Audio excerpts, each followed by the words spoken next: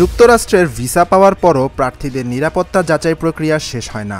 Visa issue হওয়ার পর যদি কোনো ব্যক্তি আইন লঙ্ঘন করেন বা ভিসার শর্ত ভঙ্গ করেন, তবে তার ভিসা বাতিল করা হতে পারে।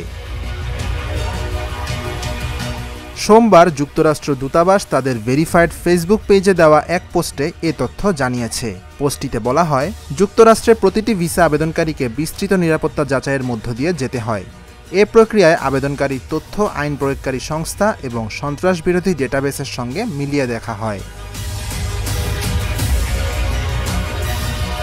যুক্তরাষ্ট্র দূতাবাস আরও জানায়, ভিসার অপব্যবহার রোধে তারা এ ধরনের সতর্কতামূলক পদক্ষেপ নিয়ে থাকে, যা যুক্তরাষ্ট্রে সবার নিরাপত্তা নিশ্চিত করতে সহায়ক হয়। Dhaka journal news desk.